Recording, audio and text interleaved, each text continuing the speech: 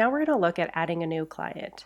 First, we're going to look at how you can do that from the Clients tab by the practitioner, the importance of moving this client from a draft to an active client, and getting that account set up email sent out to your client. We're going to start filling in this information for our client. Now, with this client being a minor, we are going to add a guardian. So it's going to give us this information here.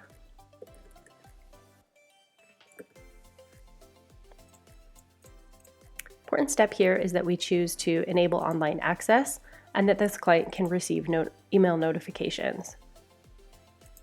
And if this is the parent who's going to be offering consent, we choose that as well. This client may have some of their own information, so we can put that in here. Okay, so we're going to go ahead and save this client. This is allowing us to continue this onboarding process for this client. So we can choose a diagnosis. We're going to add in a goal.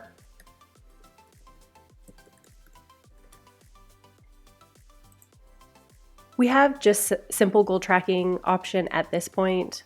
We can choose this goal's in progress, or we can choose it's on hold or completed. It looks like it's disappeared, but it's really just right here. If we have any visit preferences and any specific notes, this is a static note box. So you might want to put in allergies, preschool schedule, any family information that might be relevant to this client. If your client has filled out the online intake, that information will show up here and we'll review that in another video. So in the next tab, as we continue forward, we're looking at who's assigned to this client. So if you do have a couple different professionals working in your practice, then you assign them here. This is where we can add in other primary contacts if there's another parent or a grandparent or a child if this is an older adult that has someone else associated with them. Third-party contacts, these would be people who have consent to share information with us who are also working with this child or client.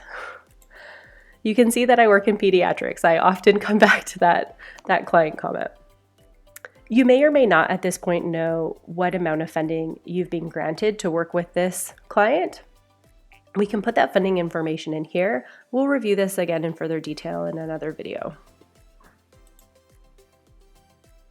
Now we're ready to finish.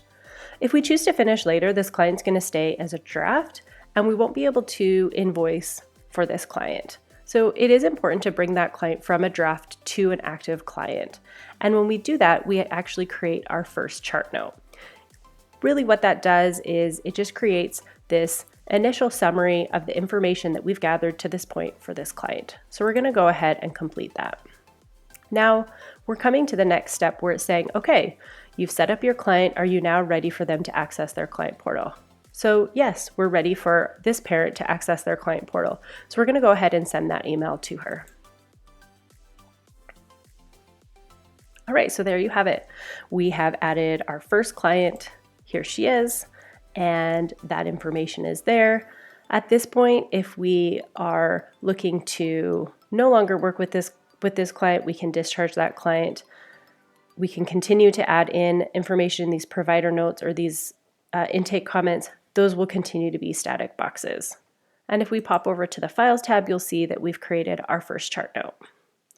Great, fantastic. You're on your way. Now you're able to schedule events for this client.